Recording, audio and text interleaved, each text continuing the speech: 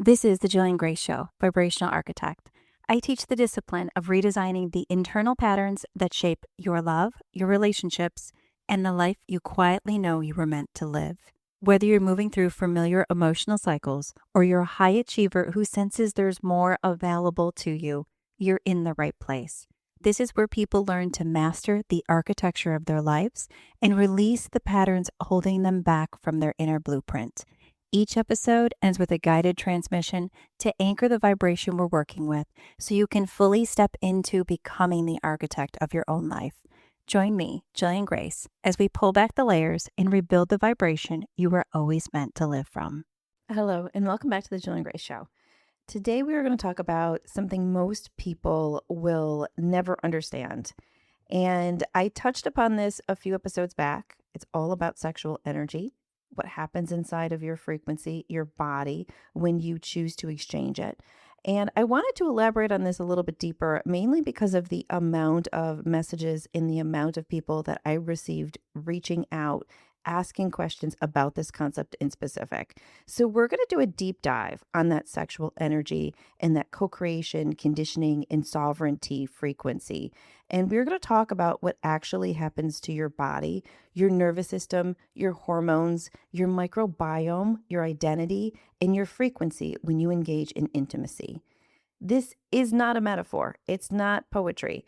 It's biology, psychology, conditioning, and energetic architecture all woven together. And by the end of this episode, you're going to understand why intimacy is never truly casual, why partners leave imprints that last far beyond the moment, and why your sexual choices shape your identity, your health, and your future timeline. So first, we're going to talk about sexual energy as a co-creation. We're going to kind of take that and bring it into its own compartmentalized box so we can break that down. Let's start with something that very few people get introduced to. Every sexual encounter is an act of creation. It's not just biological creation, although that's the most obvious form. I'm talking about every level of the human architecture: the emotional creation, the energetic creation, the identity creation, the frequency creation, the timeline creation. Sex is the moment when two people merge their internal worlds, not metaphorically, but biologically, numerologically, hormonally, and energetically. During intimacy, your systems synchronize, your bodies communicate, your frequencies merge. And that merger does something that creates something new. It creates a third field, a shared frequency, a co-authored imprint that did not exist before that moment of contact. Even if no child is conceived, something is conceived: a pattern, a bond, a memory, a frequency, a shift, a timeline. Sex is the most powerful co-creative act that humans engage in because it's the moment where your life force energy is exchanged, amplified, or depleted. Now let's talk about the biological exchange, not just the exchange that occurs from a frequency standpoint. We're going to talk about hormones, microbiome, and the nervous system. Hormonal co-creation during intimacy, your body connects with the person that you are present with. Your body releases dopamine, oxytocin, vasopressin, serotonin. And these hormones don't just change how you feel, they change who you are in the moment. They shift your perception. They shift your decision making, your attachment patterns, your emotional frequency, your sense of self. The microbiome of co-creation is all about your gut. When you have sex, your gut microbiome influences your sexual hormones. It influences your emotional states, your attraction, your bonding, your stress regulation. During intimacy, you exchange microbial communities. Your microbiome shifts, your endocrine system recalibrates, your emotional regulation changes. Nervous system co-creation happens, and sex is one of the strongest forms of nervous system imprinting. Your body synchronizes with the person's breathing, heart rate, stress hormones, emotional state. Their regulation becomes your regulation. Their dysregulation becomes your dysregulation. Your nervous system absorbs their frequency. So, why sexual partners leave a long term imprint is because your microbiome shifts influence of the emotional states. Hormones alter attachment circuitry, and nervous system co creation creates lasting imprints. So, what does that mean energetically? It means your body remembers people, your frequency remembers people, your identity remembers people. Not because their DNA lives inside you forever, but because their microbiome, their hormones, their emotional patterns leave measurable imprints on your gut, your endocrine system, your nervous system, your attachment pathways, your emotional frequency. This is why certain partners stay in your system long after the relationship ends. Your body is carrying a co created frequency. And when you're introduced to the different bacteria that that person shares, it permanently alters your microbiome. So you begin to create a state of co creation with that person's actual physical imprints as well. Now we're going to talk about promiscuity, health, and life force energy.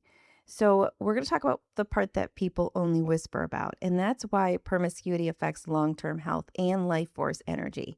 So when someone's highly promiscuous, their microbiome is constantly being destabilized, not only from the experience that you are having emotionally, but also because you are introduced to different bacteria by having that person entering into your body. Their endocrine system is constantly fluctuating. Their nervous system is constantly imprinting and detaching.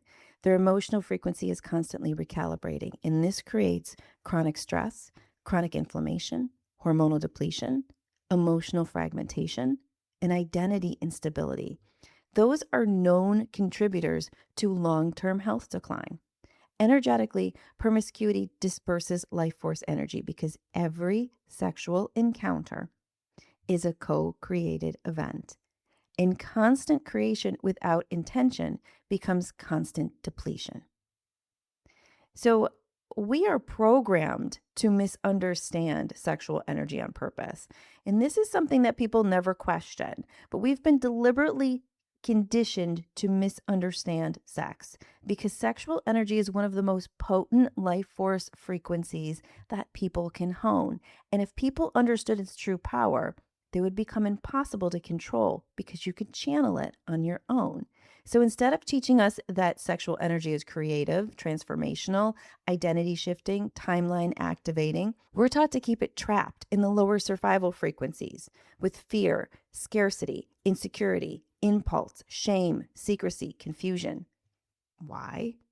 Because a human being operating from their lower chakra, their lower energy fields, they're easier to manipulate than a human operating from their higher conscious fields. And this is where the survival chakra trap begins. Most people live from their lower three chakras, the lower energy centers of their body. If you're not familiar with what energy centers are, which I'm sure most of you listening to this are, they're frequency points within your system where there is a lot of energy that flows through.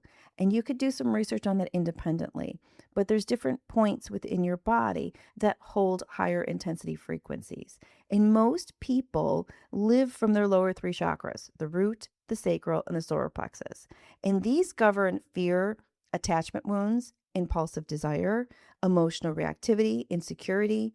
When sexual energy is trapped there, intimacy becomes draining, confusing, addictive, destabilizing, compulsive, identity fragmenting. And this is exactly where society wants people to stay, in that survival frequency. Sexual energy was never meant to stay in the lower chakras. Our ancients knew this.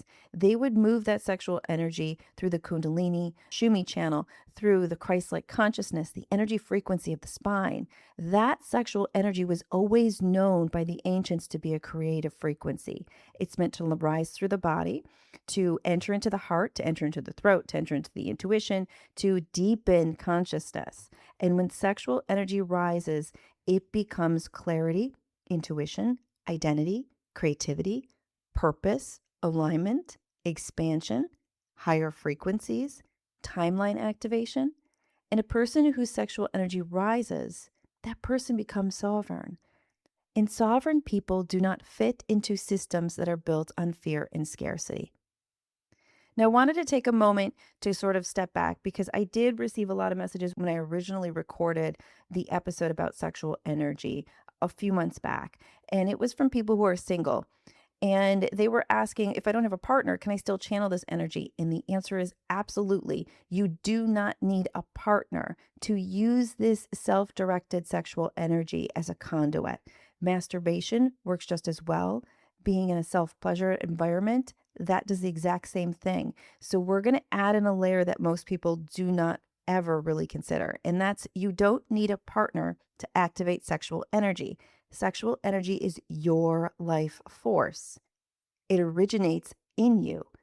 It can be directed by you. Self directed sexual energy, including masturbation, can be a powerful conduit for emotional regulation, frequency evolution, identity anchoring, nervous system soothing, creative activation, timeline alignment. The act itself is not the issue. The frequency behind the act is. And it's also why masturbation and self pleasure was demonized. When sexual energy is used consciously, even alone, it becomes creative, stabilizing, clarifying, healing, empowering. You can activate your sexual energy without a partner. You can raise it without a partner. You can direct it. You can use it to align your identity and your timeline. Sexual energy is not dependent on another person, it's dependent on you. And it can be even more powerful if shared alone. So, sexual energy as an identity architecture is not just physical, it's the full way that you can architect your own personal identity. And every sexual encounter influences your self worth, your emotional frequency, your attachment patterns, your decision making, your future timeline. Sex is a timeline event, it shifts who you become next. Same with masturbation. So, I want to give everyone a practical example on how to channel this energy consciously. And I want you to have a real perspective of how to actually work with this energy because understanding the concept is one thing, but experiencing it and allowing that transformation to happen is another. So, I want to leave you with some things to play with here and explore and experiment with, either alone or with a partner. Feel what happens in your body when you direct the energy intentionally instead of unconsciously. And here's a great way to do it. So, first is to close your eyes and shift into awareness. Whether you're alone or with a partner, take that moment and just bring yourself into that internal state. This single act brings your awareness inwards and it moves you out of an impulse into an intention. It shifts you from your lower chakras into your higher one. You're becoming self connected rather than externally focused. With your eyes closed, you're no longer reacting to the moment, you're directing the moment. Now, I want you to use your visualization energy so that you can move this frequency through your body. I want you to imagine warm, glowing lights at the base of your spine, any color at your root, at that very first area of your energy center. You can see it as red, you could see it as gold, you could see it as white. Whatever comes into your mind, that's what I want you to focus on. Now, I want you to imagine that color rising slowly and intentionally, going up through your stomach, going up through your solar plexus, going up through your heart, going up through your throat, going up through your third eye, going up all the way to the crown of your head. That color can change colors as it moves through each area. It can stay the same, whatever you're drawn to. You're not imagining sex. You're imagining energy while using the frequency of creation to pull it through. And this is how you channel sexual energy upwards instead of allowing it to collapse downwards. Then allow yourself to feel the transfer of energy. If you're with a partner, imagine this flow of energy between both of you. Not physical, not explicit, energetically.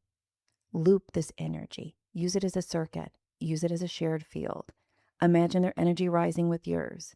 Imagine your energy rising with theirs. If you're alone, imagine the energy rising within you from your root to your crown. This is co-creation. This is identity activation. This is timeline architecture. Now we're going to add in an extra step. And this is a step that our ancients knew very well.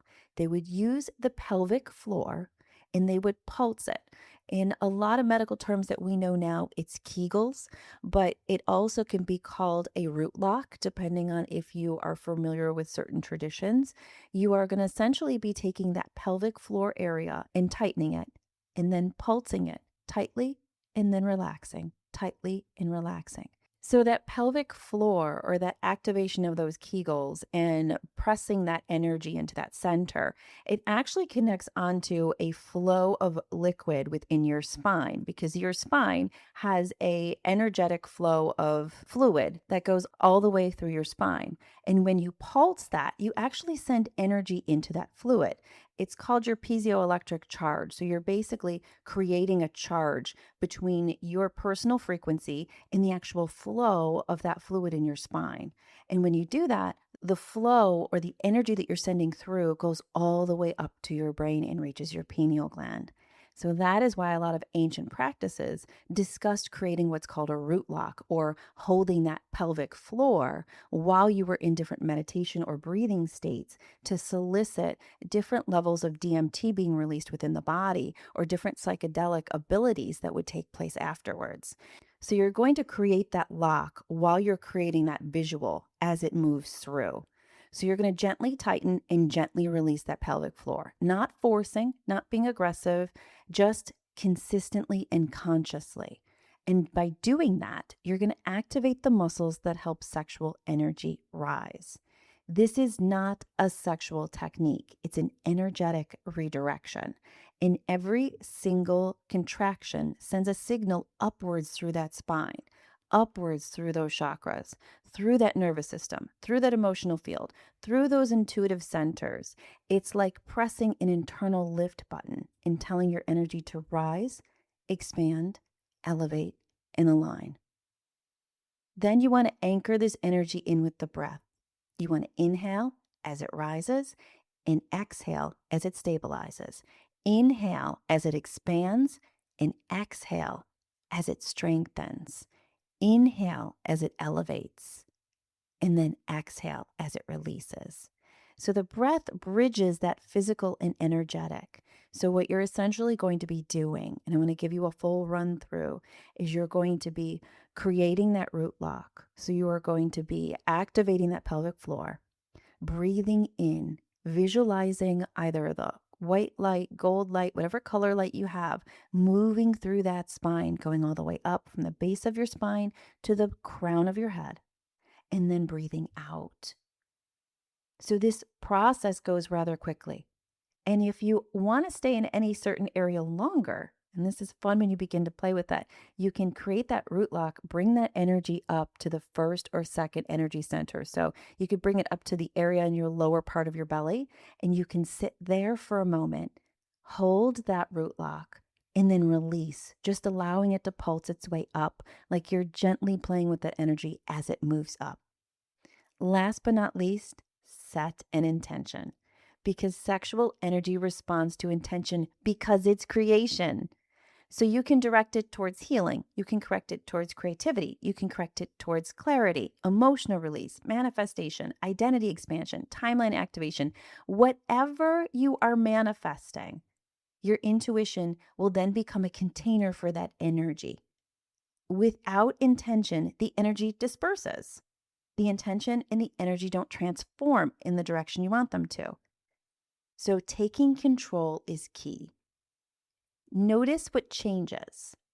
You may notice that you feel warmth, you feel tingling, you feel clarity, you feel an emotional release, you feel intuition, you feel grounding, expansion, alignment. You may feel that shift in frequency. You may feel that future version of yourself becoming more alive. This is sexual energy used consciously, not impulsively, not unconsciously, and not chaotically. And this is what sexual energy was always meant to be used for: sovereignty, not control, not force, and not purely escape. And it's so powerful if you know exactly what to do with it. So I want to invite all of you to play with this. Play with it if you're with a partner, play with it when you're by yourself. It takes a while to switch out of that frequency of things being purely in that animalistic concept of sex. So it can take a little bit to get used to shifting that. And for a bit, you might find that you're in both for a little while, and that's okay. You can start by being in that more animalistic process in your mind and your thoughts and that more lower chakra emotion feeling. And then as things start to move forward, you can bring that through and start to pull it through more energetically. Play with it. It's a retraining of neurons in your body, so it's going to take some time. But trust me, once you master it, it will be one of the best ways of creating and manifesting that has always been at your fingertips this entire time for you to see so that you can architect your blueprint in the direction that you desire. Last but not least, I always end every episode with a guided meditation. And this is going to be an episode where we kind of move through what we just talked about. So I'm going to give you a guided meditation to give you an example of this specific energy and how you can channel it and how you can bring it through your body. So I want you to find some place where you can be comfortable. You can close your eyes. You can sit quietly and take a deep breath. I want you to visualize the energy at the root of your spine, all the way down at the very base, whatever color you like. And once you center on a color, I want you to take that color and I want you to bring that color up your spine, step by step, moving through your belly, moving through your solar plexus, moving through your heart, your throat, and all the way to your crown.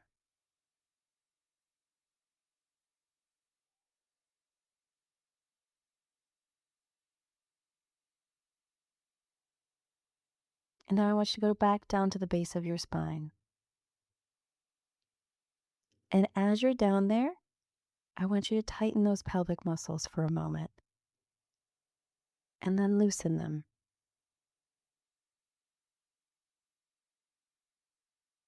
Tighten those muscles, hold,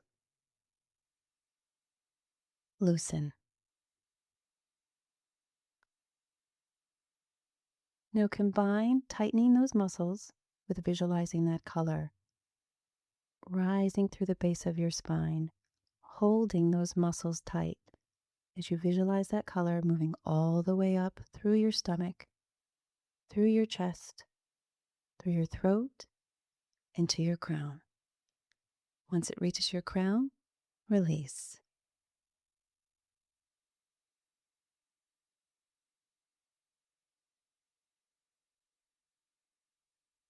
We're going to move through this again, only this time we're going to add in a retention of breath. So I want you to create that lock at the base of your spine. Breathe in as you visualize the color moving all the way up to the base of your spine, to the crown of your head, holding that lock. Breathing in. Once you get to the top, hold it for another moment. Release the lock and breathe out.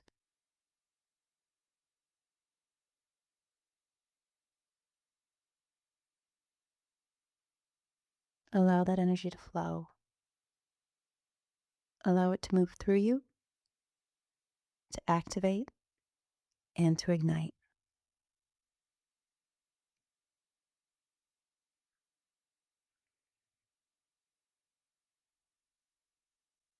Whenever you're ready, we're going to move through one more time, creating that root lock, breathing in, allowing that light to move up your spine.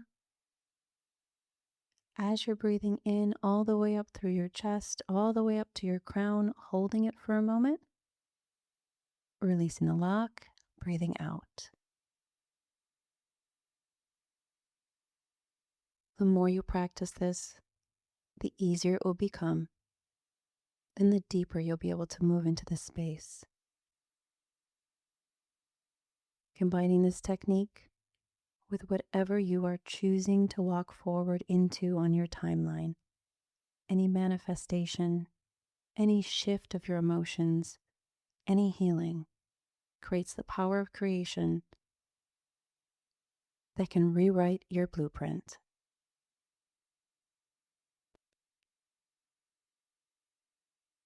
Take one last deep breath.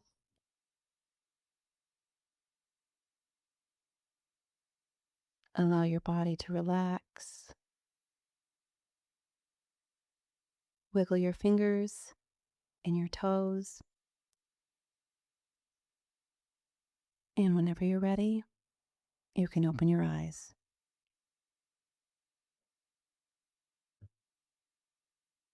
And thank you so much for joining me for this episode of The Jillian Greyse Show. I hope I was able to pass on some knowledge to you about rewriting your architecture from a deeply spiritual, creative standpoint, and that you will have fun playing with this. It's a very amazing way to be able to step into your own creation and become the creator in the destiny of the life that you already know you're supposed to be living. As always, if you're looking to deepen your knowledge on this concept, take a peek at my private sessions. I work with hundreds of people all over the world, and I teach them how to channel this energy, how to learn about their own patterns, and how to rewrite their blueprint into the direction that their soul has been calling. So take a peek at that if you're ready. I am excited to guide you every step of the way. Thank you so much, and I'll chat with you again next week.